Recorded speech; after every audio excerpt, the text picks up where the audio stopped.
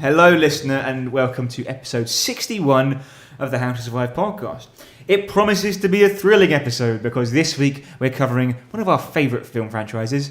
In fact, definitely our favourite film franchise, the Friday the 13th, episode 7, The New Blood. And if you've got any thoughts on how you'd survive in it, do remember to get in touch on email, which is howtosurviveshow@gmail.com, or on Twitter, which is @HowToSurvivePod. Next week, we're covering a little-known indie production called The Lobster, which is about a man who has to fall in love or he'll be turned into an animal. Sound ridiculous? Well, maybe you should watch it and find out. It's on Netflix and it's on, anything else, Amazon, eBay, Hulu, Vimeo. I don't know what people use. Do watch it and enjoy it. And in 1 second, I will play you a clip from Friday the 13th, which explains it. Bye. There's a legend round here. A killer buried, but not dead. A curse on Crystal Lake. A death curse. Jason Vorhees' curse. They say he died as a boy, but he keeps coming back. Few have seen him and lived. Some have even tried to stop him. No one can.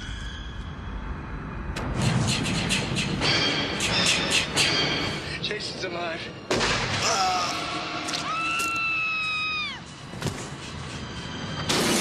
He's even more powerful now. Jason belongs in hell. I'm gonna see he gets there. Jason, come on! Come and get me! It's me you won't remember! People forget. He's down there, waiting. People forget, Chris, that he's down there waiting. But we didn't, did we? No, we didn't. Here we are. Yeah. So we're back again. 10 weeks since our last Friday the 13th episode. Yeah. This is episode 61. Yeah. Yeah, we made it this far. And we're still alive to tell the tale, much like Jason Vorhees. Yeah, is he alive? Is he dead? Maybe we'll have an update on that later. Maybe, does anyone even care anymore? I certainly don't. Yeah, I mean, normally we say go and watch the film if you're concerned about spoilers. Yeah. Don't bother. No. Here's the plot. I'll lay it out for you now. Right. I honestly, I watched this about 5 days ago. Yeah. And this morning I'd forgotten most of it. Oh, no, mate. I had to write this plot. I mean, I'm reading a script. Yeah. And a lot of people may think we're really articulate people. Yeah. But we read the plots from a script. And I was filling in the names. And I was like, who is that? Yeah. Yeah. And that was last night I watched it. Yeah. Well, obviously at some point we'll get to how we would survive, as we normally do. There's also going to be a very special Friday the 13th quiz for you, Joe, halfway through the show. Thanks very much. I like to be, test my knowledge of, great movies. Yeah, well, please expand our knowledge of the Friday the 13th franchise with the plot. Will do. So following a brief and incoherent recap of Jason Voorhees' murders to date. Which you just heard. Yeah. Do you know whose voice that was, by the way? No. It was the voice of Crazy Ralph from the first two films. Oh, really? Yeah. Okay. Somehow narrating from beyond the grave. Yeah. Yep. You're going to Camp Blood, ain't you? God damn it, Ralph, get out of here. Go on, get! So there's a reminder that Jason is still alive at the bottom of Crystal Lake. Mm-hmm. And after that, we're presented with a title card confirming that this is indeed the 7th Friday the 13th movie. Sure. Not just a bad dream. Hmm. The proper story begins with a young girl witnessing her father striking her mother. The girl runs away from their lakeside house and jumps into a boat, sailing out into the middle of the lake. What lake could that be, Joe? Her father gives chase and from the end of a jetty calls to her to come back. "No," she shouts. "I wish you were dead." Please, baby, I'm sorry. I didn't mean to. Go away! I hate you! I wish you were dead! And with that, the lake begins to bubble and the jetty collapses, killing the father. Although it isn't completely clear from this, there is an implication that the girl accidentally killed her father using telekinetic powers. It's not clear because it's incompetently made. Yes. Yeah. Just to be clear. Yeah, it should be made clearer. 10 years later, the young girl, Tina, wakes up in a car on her way back to Crystal Lake. After spending nearly a decade in mental hospitals, her psychiatrist, Dr. Cruz, has decided that the only thing to alleviate the guilt she feels about her father's death is to force her to spend the weekend in the house where the trauma took place. Yeah, this is called exposure therapy, and I want to talk about this later. Okay. After a brief psychiatry session, which confirms that she is indeed telekinetic, Yeah. Tina walks to the bottom of the jetty and, in an attempt to bring her father back to life, accidentally brings Jason back to life from his watery grave. Yeah. Jason climbs from the lake and she sees him and faints with shock. And when she wakes up and tells everyone what she saw, of course, nobody believes her. Shortly, Tina is invited to join a party at the next-door neighbour's house. Among the guests are a boy who frequently slips into improvised dramatic performances of stories that he's written, a teenage girl who dresses and acts like a wealthy divorcee twice her age, a drug addict, and a girl whose fashion choices appear to be modelled on Rick Moranis. So Tina, of course, jumps at the chance to hang out with some normal people her own age. Exactly.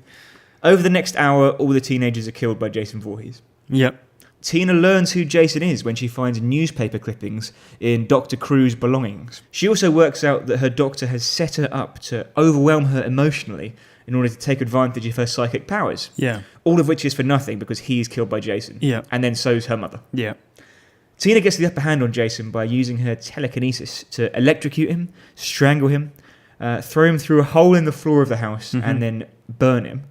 But he just keeps coming back, doesn't he? And in the final showdown, on the end of the jetty, where, of course, all the movie's key plot points took place, Jason appears poised to deliver the final killer blow.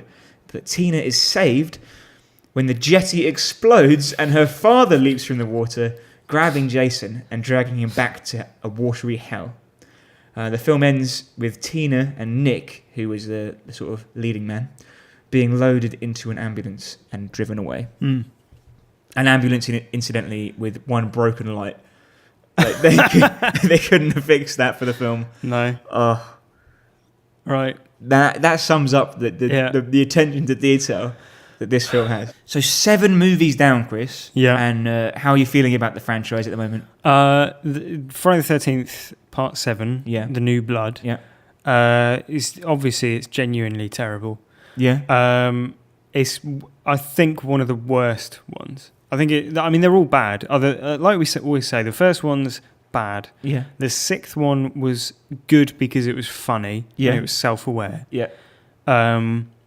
Do you remember when we talked about that 10 weeks ago?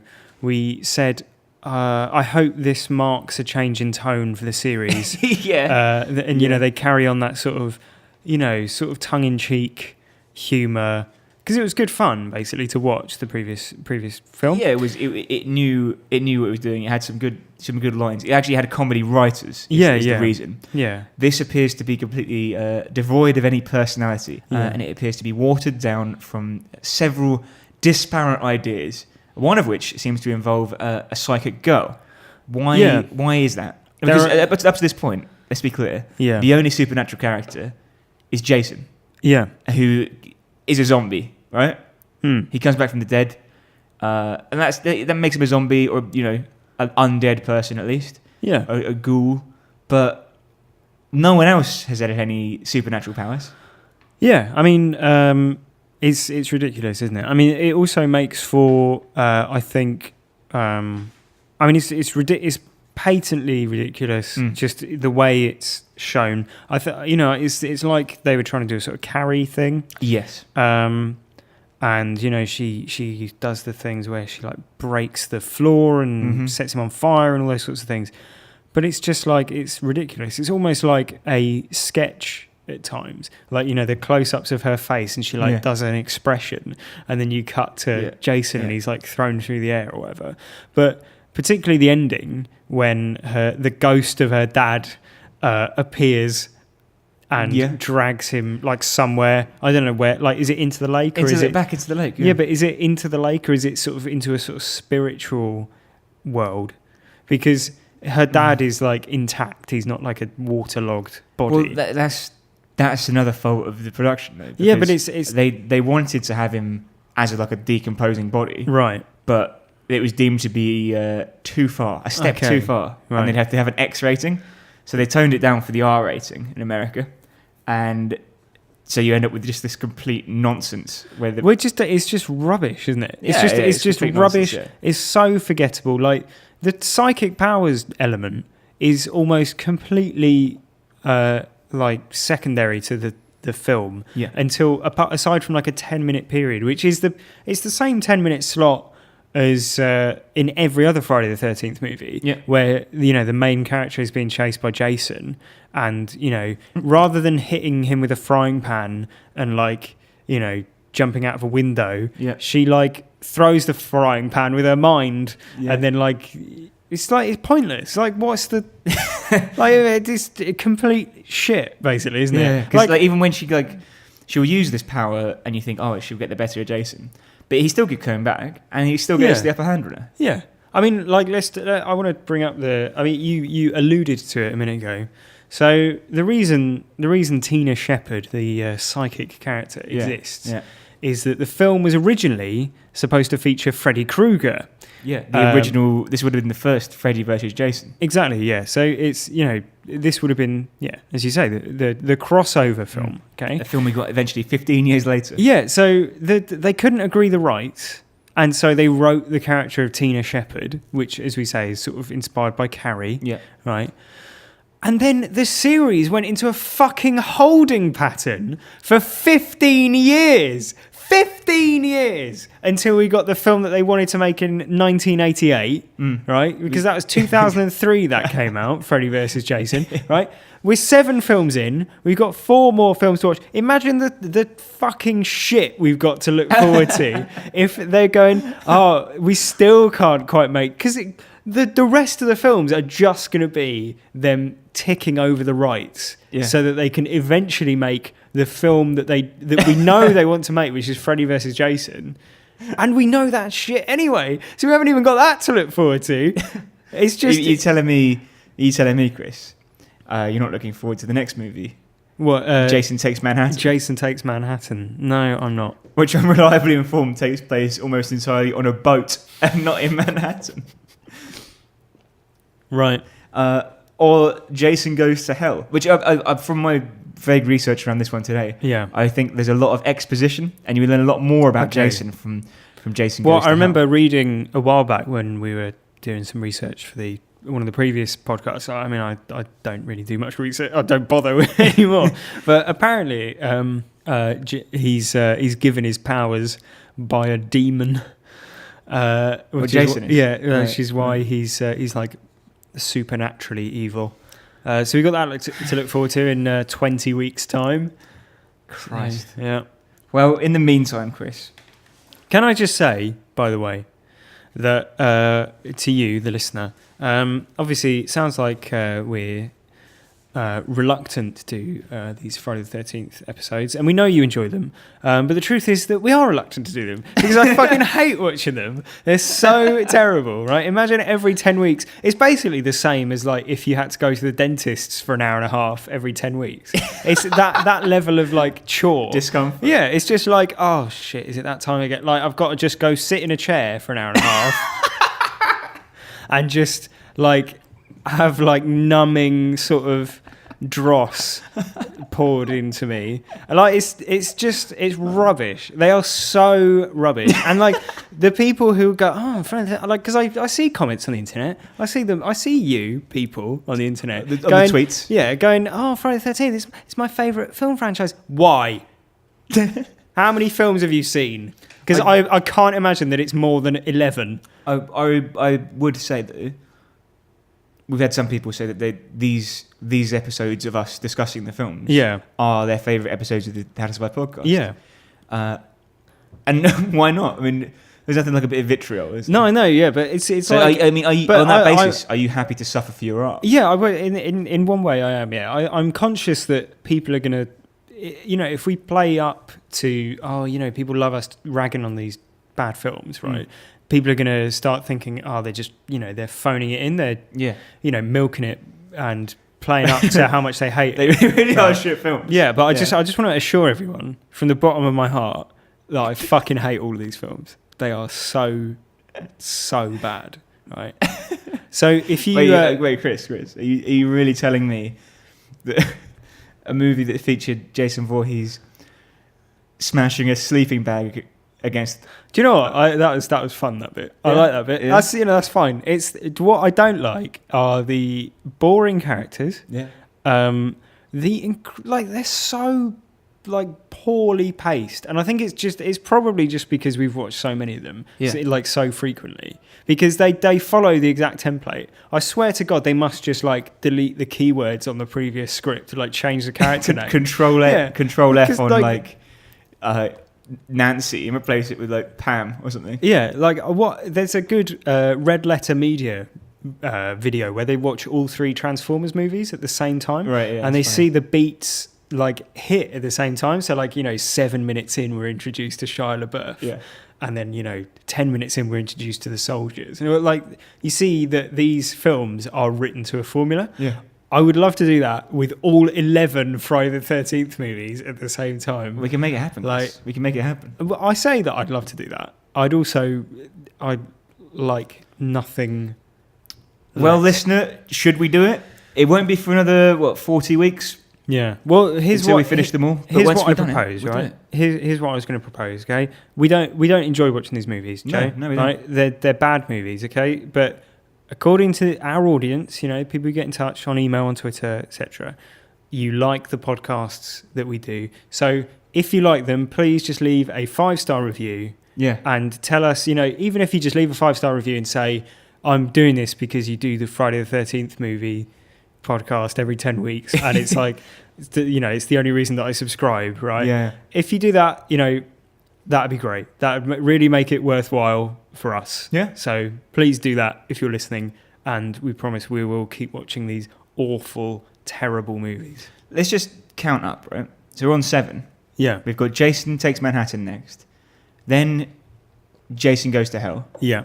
Then Jason X. Yeah. Then Freddy versus Jason. Yeah. Then Friday the 13th remake. Yeah. Which will be 50 weeks from now. Right. So essentially a year from another now. year of this. Yeah. And at that point, Chris, Yeah.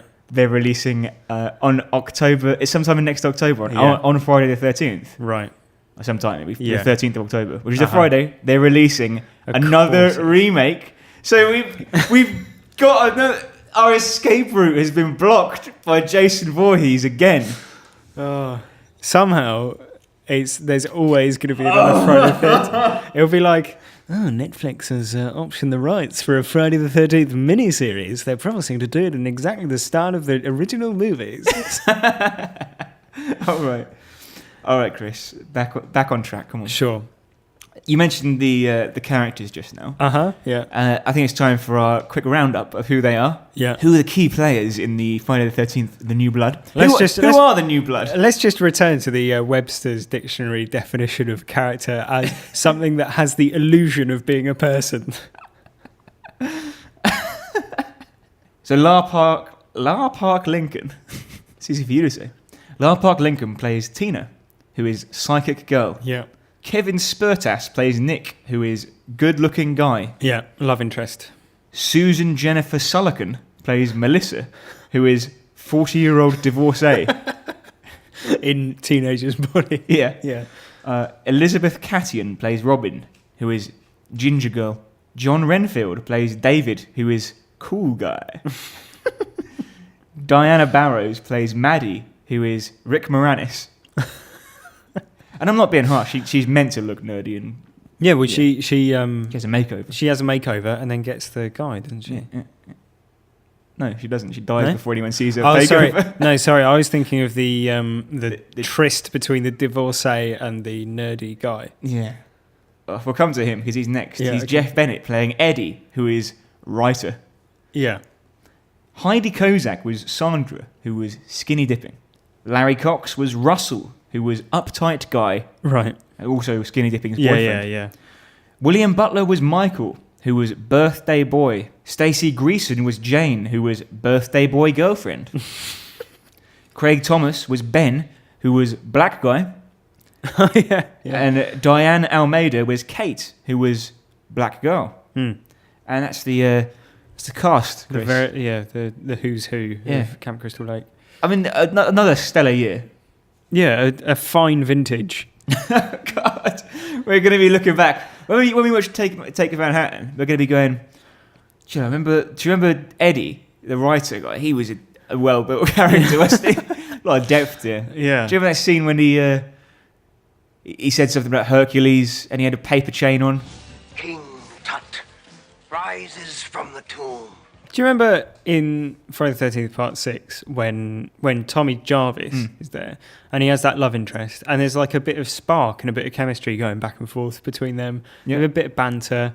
You know, it's not like Woody Allen, but it's like human. Think how low the bar has been set and like by these films. Yeah. Can I just say, Chris, what the fuck is the soundtrack to this film? Because I as part of my research, my in-depth research, I found out that the film's score, is actually recycled music from previous Friday the 13th films. But it's not just like they've used tracks, right? Yeah. But they've edited the audio. So they've like tracks. sampled it. Yeah. So in many ways, Friday the 13th Part 7 invented sampling as we know it today. But this is the intro music, which I'm going to play, maybe not in its entirety because it's like a minute long, but this is it, right?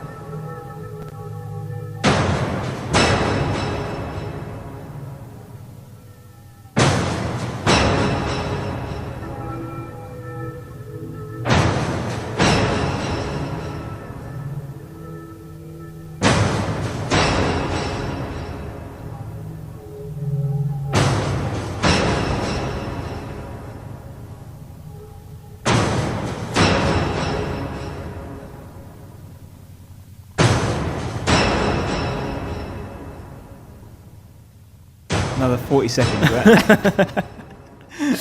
Right. Yeah.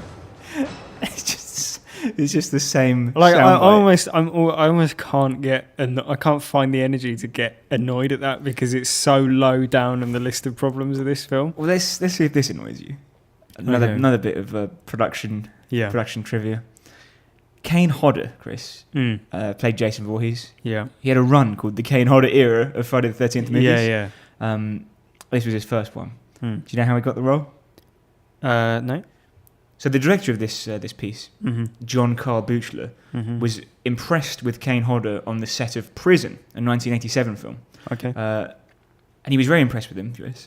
What did he do you think, on the set that impressed him so much? And he thought, that's my man. That is my Jason Voorhees. Well, obviously, what you would imagine is something like lifting something very heavy or fighting some people or, being imposing physically. He ate live worms. That famous character trait of Jason. Oh, he was always eating live worms. I mean, is it worth talking about Jason for this? There's no obviously there's no development to his character. In fact, we know less now. He's just nothing in this movie, is he? Like, we've explored all the avenues in terms of, is he supernatural? Well, he's obviously supernatural now. Yeah. Like, he can just seemingly survive anything. He can just throw people as far as he likes, whenever he likes. So it's redundant to talk about him because there's nothing new. There's no new information about him presented in this movie. No. Yeah. He can. I mean, apparently the lake is some sort of a prison for him. He's fucking. Now we're talking of Jason. And now's a good time to bring this up. In the last episode, Chris, I asked, are there any characters in movie history who have had as few lines as Jason in as many movies, Yeah. which is none. Right? Yeah. And we couldn't think of any. Now, I did a bit more research this time around. Okay. A bit more thorough. But people have been on tenterhooks for 10 weeks. Initially, Chris, I thought maybe there's a horror character. Maybe a clown who doesn't say anything, or like some ghost who just wanders around. But there's not enough. You have to be consistent enough to be more movies than Jason. Yeah. And he's in, 12, 13 movies now. So, did some research. And there's an Italian film series called the Maciste series. Okay. I don't know if I'm pronouncing that right because it's Italian. Maciste. I'll say Maciste. Right. Now, these are the films. So in 1914 we had Cabiria. 1915 brought us Maciste. 1916 was Maciste the Ranger. Maciste Apollino came in 1916 as well. 1917 was Maciste the Athlete. 1917 also was Maciste the Clairvoyant, as was Maciste the Detective, as was Maciste the Tourist. In 1918 we had Maciste the Sleepwalker. In 1919, Maciste's Revenge. That year also was Maciste's Last Will and Testament, followed by Maciste's Journey, followed by Maciste the First, followed by Maciste versus Death, followed by Maciste in Love. In 1920, we had Maciste on Vacation, followed by Maciste Rescued from the Waters. In 1922, after a 2-year hiatus, Maciste and the Silver King's Daughter was followed by Maciste and the Japanese. Maciste versus Maciste came in 1923. Maciste and the Chinese Trunk was 1923. Maciste's American Nephew was 1924, but so was Emperor Maciste. The year after that, in 1925, was Maciste versus the Sheikh. In 1926 was Maciste in Hell, followed by Maciste in the Lion's Cage. And the final one was The Giant of the Dolomites, which was 1927. And Maciste, in case you're wondering, is one of the oldest recurring characters in cinema, Right. created by Gabriele D'Annunzio and Giovanni Pastrone. He cuts a heroic figure throughout the history of the cinema of Italy from the 1910s to the mid-1960s. He's usually depicted as a Hercules-like figure, utilising his massive strength to achieve heroic feats that ordinary men cannot. And the Italian films are retitled in other countries, substituting them for more popular names such as Hercules, Goliath, or Samson. Well, now we know what film series we're going to cover after Friday the 13th. Maciste. Every 10 weeks. So yeah, the reason he didn't have any lines is because they were all, of course, silent films. Sure. And I, just based on the names, I want to see them more than I want to see Jason Takes Manhattan.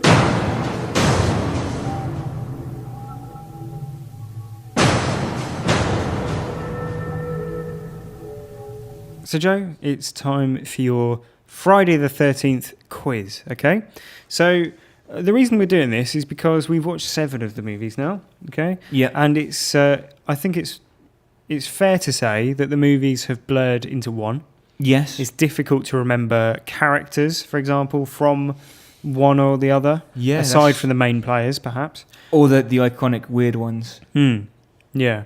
Well, one of the key features, you'd say, of a slasher film and indeed a slasher series are sort of the deaths, the creative murders. Mm-hmm. But I would say that actually that's a load of shit because the deaths aren't very creative generally. I mean, the vast majority have been knife to head. Well, let's so basically I've written a quiz for you. Okay, right. It's the Friday the 13th death quiz. Right? Okay. And you've got 7 questions. Each one focuses on one of the 7 films that we've covered. So one for each. In chronological order? In chronological order. Okay. And you'll know which one I'm talking about because the questions open with the name of the movie. Right. So yeah, 7 questions. They're broadly about the deaths of characters. And then feel free to play along at home. Yes, please do. If you've been keeping up with us with our Friday the 13th coverage. Okay, so let's play the Friday the 13th death quiz.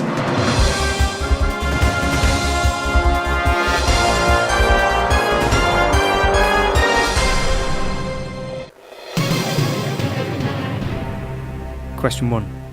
In Friday the 13th, how many of the 10 people killed are killed by having their throat slit? It's a tough one. So 10 people are killed. You're not including Jason in that because he dies before the events of the film. Yeah. The two people, the camp counselors in like the opening like thing,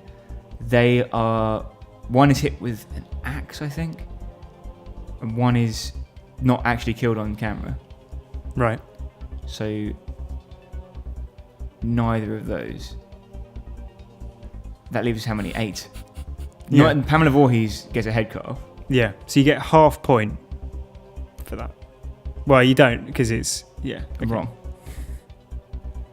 I'm going to go with... Well, no, Kevin Bacon gets stabbed through the throat, right? That doesn't count. It's not the same as having a throat slit. Okay. I'm going to go with 3.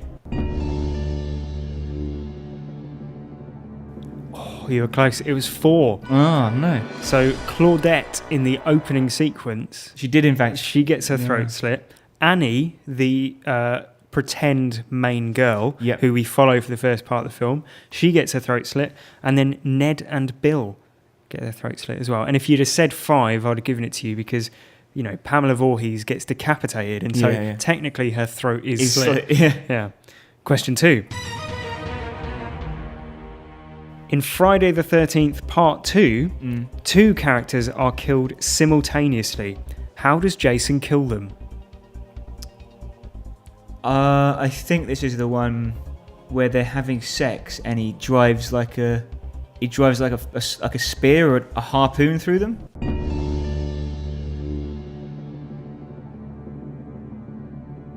Correct. Yeah. Correct. What was it? A harpoon? He impales them both with a spear while they're having sex. Where did he get a spear? I don't know. Maybe. Yeah. Who knows? So 1 out of 2. 1 out of 2 so far. Question 3. In Friday the 13th Part 3, how does How to Survive favourite Fox, the biker girl, die? If you remember when we discussed this film, you embarked on a lengthy recounting of her biography that you found on IMDb. Yeah. So she's a character that we've discussed at some length, and you'd imagine that we remember how she died. I know she was in the barn. I remember that because that's basically where all the main murders take place. Sure. Now, just sort of flicking through my memory of the film, I know this is the one where Shelley is the dorky kid, and it's where Jason first gets the mask. Right.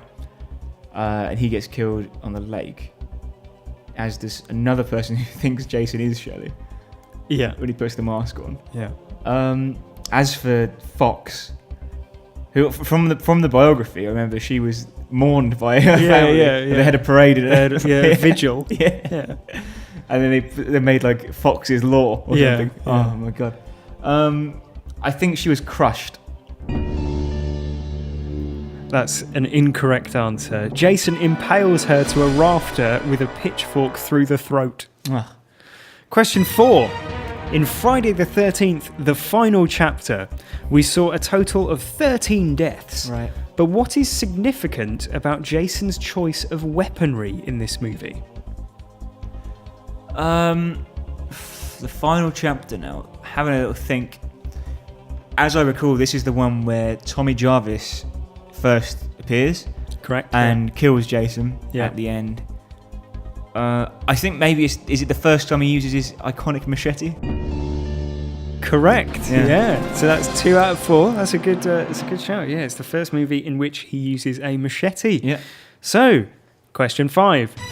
In Friday the 13th, A New Beginning, we saw the introduction of iconic villain Roy Burns.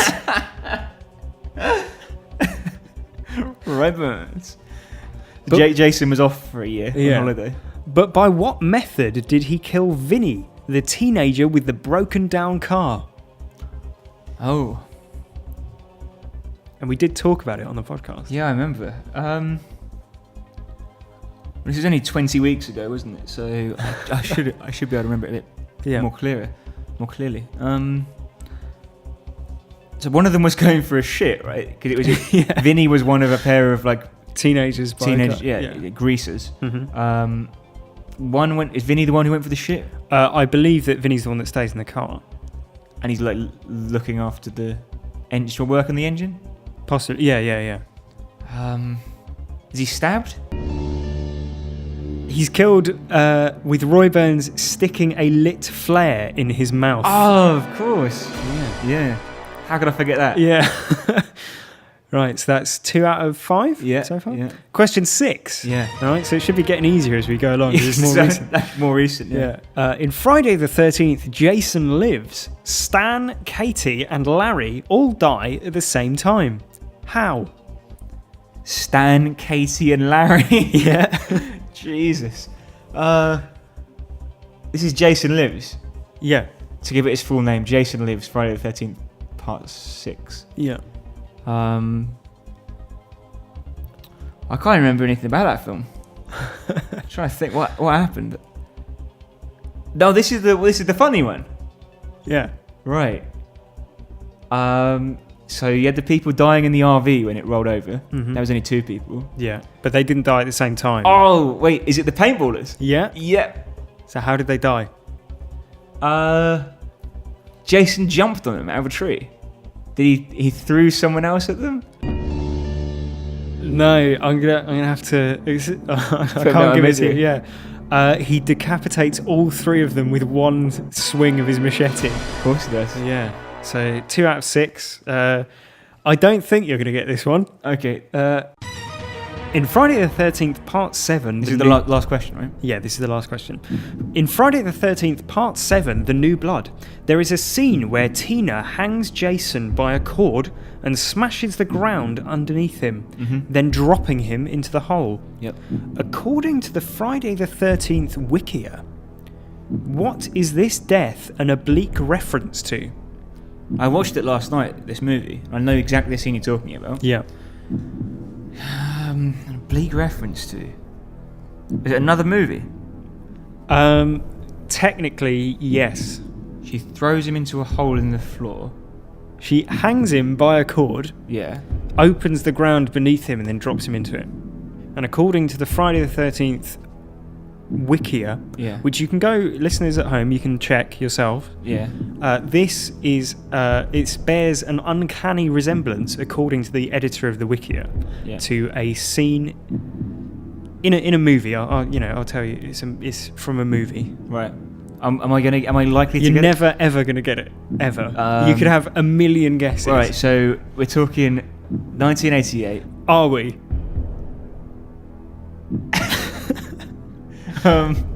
Is it Citizen Kane? So apparently the reference is to the apparent death of Dr. Piranoid in the Street Sharks episode Sharkstorm, Season 1, Episode 3, which was first aired in 1994. Let me just show you the scene. If you go to our website, we'll put the scene in question up. Yeah, HowToSurviveShow.com. Yeah, maybe we'll put them side by side. Oh, God. Too late, Street Shark. My smart bomb is on its way. No! Well, this is thoroughly mental. Yeah, so this is the bit they're talking about. So he's not a shark, this guy. He's just got... No, so I think he's tried to genetically modify himself in the way that the street sharks have been modified. But it's gone wrong. Right. Change of plan, Piranoid. I believe his name, Dr. Piranoid, is a clever combination of the words paranoid and piranha. Okay, I like it. May I try that a second? Oh, here's the rope. There's no doubt gonna... Yeah, this is it.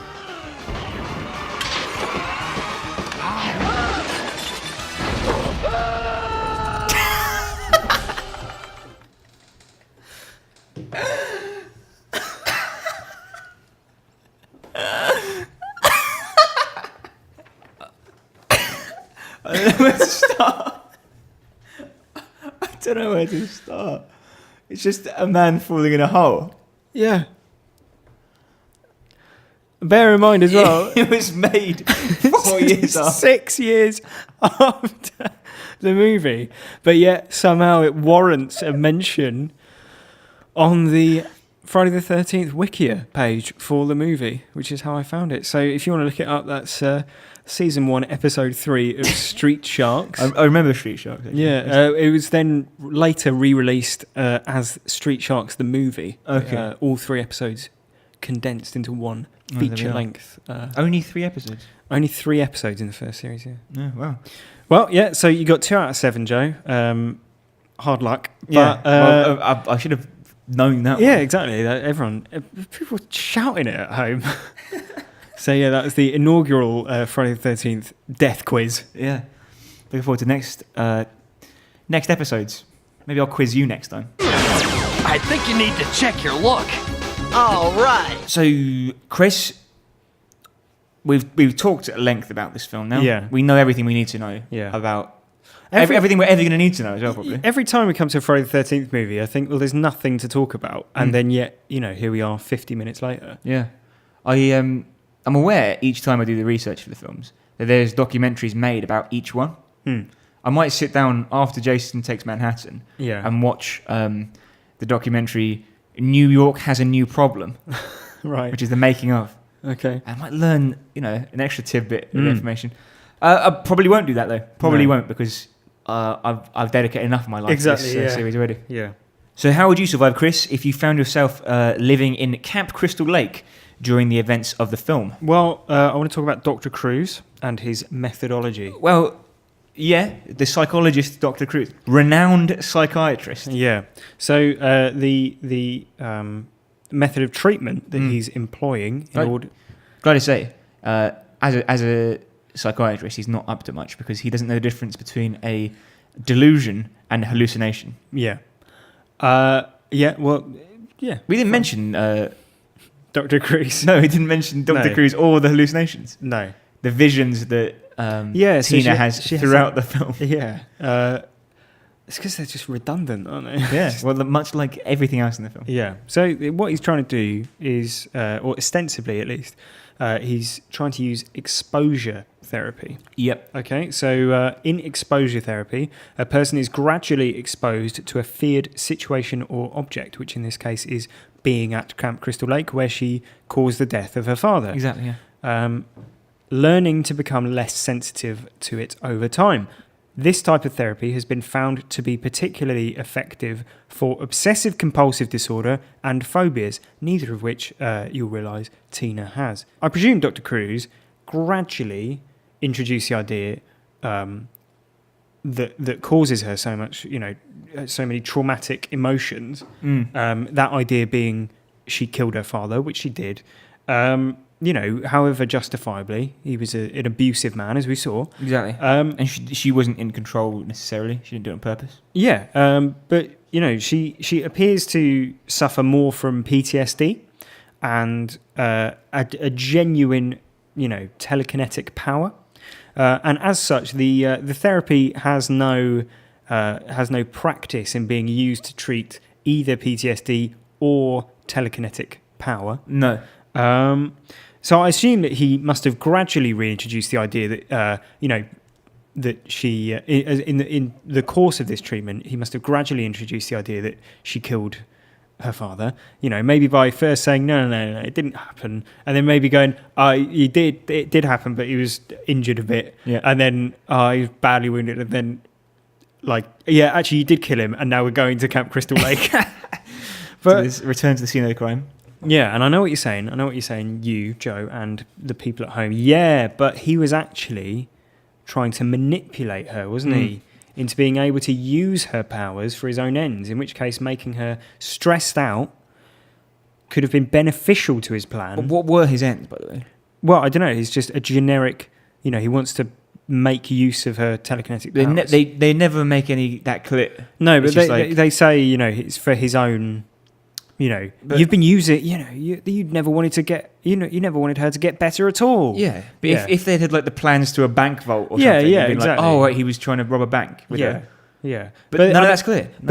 Making her stressed and stuff is what eventually draws her powers out. But it's at the cost of the entire project that he's embarked on. Yes. And so here's a suggestion for Dr. Cruz, because let's not forget, it ended up with him dying.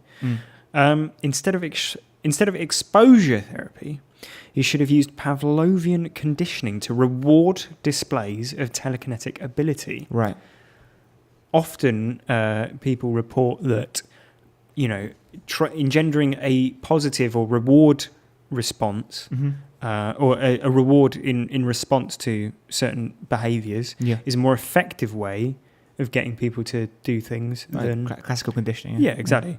And so if he'd done that, she may have been more open to using her powers to help him anyway. Because she thought she was going to get a reward at the end of it. Yeah, or, if you've got an individual who's, let's say if he was nice enough to her, he would have been a surrogate father figure in her life, in which case there's the possibility that she may have felt less of an inclination to, mourn her abusive father and more of an inclination to be close to her new surrogate father and help him with whatever he desires. If that's robbing a bank, then maybe she would have helped him with that. But she wouldn't be able to, Chris, because she only seems to be able to use that power when she's under a great amount of anxiety. But that's what I'm saying, is reconditioning her behaviour.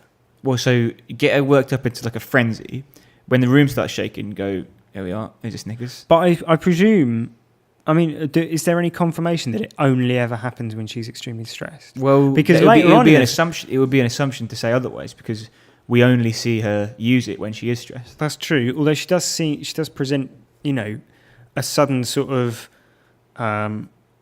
ability to control it later on in the film. That is still a stressful situation, but it's not an unconscious response as it is earlier on in the film. Well, maybe that's just because she's taking control at that point. Maybe. But even then, she's one of the great feminist icons of cinema. Yeah, starts literally thinking for herself. Yeah, and using those thoughts to electrocute Jason Voorhees and rip his mask off. Yeah. Okay. Well, that went down like a lead balloon. But it was you tried. That's all that matters. That's all we can ask. Let's be honest, mate.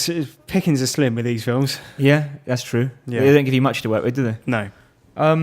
So my first idea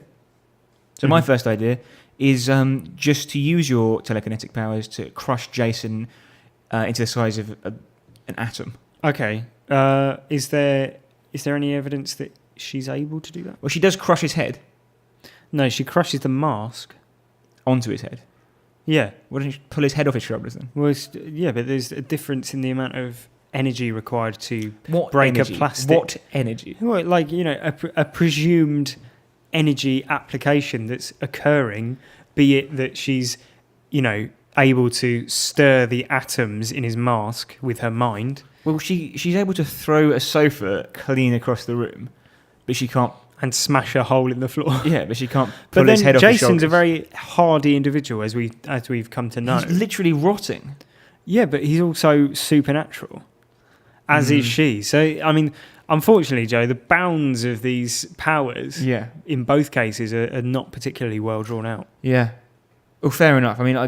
All I'm saying is use that. Yeah, I know what you mean. Yeah, like just shoot him. Like, why not just throw him into space? Yeah, crush him into a baked bean can. Yeah. Or that would have been a better ending. Yeah. Or similarly, we know that sort of the lake is ultimately Jason's nemesis. Yeah. It's been his, he's killed him a few times. He's held him captive. So why not bring the lake to Jason? Right. So you go out onto the porch and use your telekinetic powers to lift the whole lake and just dump it on the house. Yeah.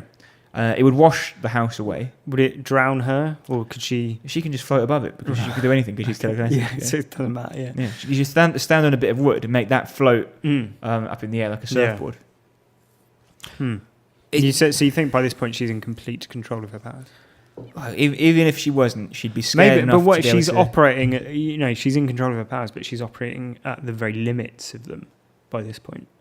We don't. It's an assumption. Yeah, exactly. It's difficult to know. But we don't really know enough about the powers. No. We didn't set any rules about this, so you could argue either way. It's a moot point. Like so many things in these films. Yep. Well, I've got a suggestion for, and again, this is for Tina Shepherd. instead of returning to Camp Crystal Lake, she should join Professor Xavier's School for the Gifted, change her name to Jean Grey, eventually become the Phoenix, and then die at the hands of her lover, having already inadvertently killed the love of her life. Spoilers for X-Men. Of course, now that I say all that, I just realised that's not really a good way of surviving. No. I mean, maybe she'd live be longer. a different character who dies. Yeah. She died in X-Men 2? X-Men 3. Well, she dies, funnily enough, she's in a lake in the end of X-Men 2. She gets washed away, doesn't she? And then it and makes then her like symbol in the lake. Remember that? Yeah, and then in X-Men 3 she returns. And then As a baddie. Yeah. And then atomizes Cyclops, and then Wolverine kills her at the end. Spoilers for X-Men The Last Stand, the 11 or 12-year-old X-Men movie. So her lover was Scott, right? No, Wolverine was sort of her love interest, maybe. Better term than lover. But I mean, the love of her life. Yeah, was exactly. Scott The love of her Cyclops. life is she kills Scott Mm. and then is killed by Wolverine. How does he kill her? Because he's got... She's doing some sort of big atomizing cloud, Right. turning everything into dust around it. But because of his advanced healing capabilities, he's able to get close enough to her that he can stab her. Basically. Can you explain how they've gone back in time and then come forward in time and they're different people? What, in Friday the X-Men. 13th? No, in X-Men. Oh, what, in Days of Future Past and in which? So I haven't watched X-Men since I was 12. Okay. I knew those things happened. I probably have seen it. I remember watching you and I watched the X-Men Wolverine Origins movie. We watched it on like a pirated copy when we were teenagers. Of a pre-release version. Yeah, and they hadn't finished editing the CGI. Yeah, so you just like It's grey just like blocks all over exactly, the screen. grey animatronics. Yeah. Very funny. Yeah. So that's the last one I saw. And Right. I've been watching the posters and the trailers and stuff, and I'm like, well, Yeah. James McAvoy is much younger than Patrick Stewart. Yeah, but it is in the 70s. So he's still in the 70s now. 70s and 80s, I think. I didn't see the most recent one. Apocalypse. So that is set back in time. Yeah. I thought maybe it had gone forward and now they're doing just normal No. present day stuff. They did X-Men First Class, which was an origin story for Professor Xavier and Magneto. Yeah. Then they did Days of Future Past, Right. which was Wolverine goes back in time into the mind of the 70s version of himself and has to assemble a group of X-Men to stop a disaster befalling the world before it happened, like stop the chain of events that leads to a genocide against mutants. Right. And then Apocalypse, I think, carries on from the 70s leg of that story. Okay. Because that story, Days of Future Past, it happens both in the present with Patrick Stewart and Ian McKellen, etc., and in the past with James McAvoy and Michael Fassbender. Okay, I'm with you. That makes sense. So the one with James McAvoy is actually in the 70s. Yeah. Okay, I like it. Any more How to Survives for Friday the 13th? It's interesting. Like I genuinely am interested in that. It's the first time in an hour and 6 Yep. minutes that you've been interested in anything that we've been talking about. Yeah, my last idea, Chris. Yeah. Just leave. Nothing's stopping you. Nothing's stopping any of these people from just walking away. It's the first time in any of these films. Like usually, Jason pulls the carburetor out of the bonnet. Yeah. Nope. Just get in the car. Go. Do you know what, Joe? I think we should do the same.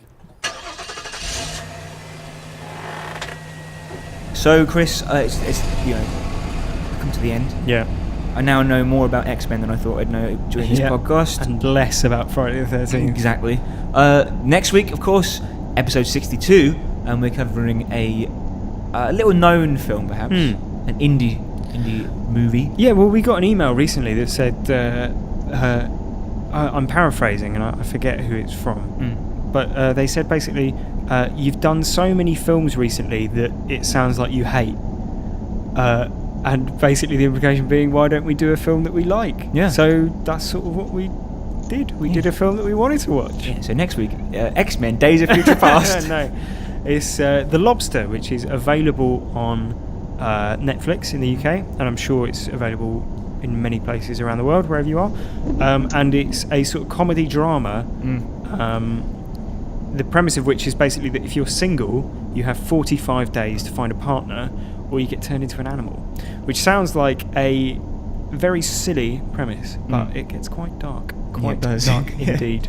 And there is plenty to discuss in terms of survival. So yeah, people want to know we do record and watch these programs a few weeks in advance. Yeah. So Merry Christmas to you, Chris, 2015.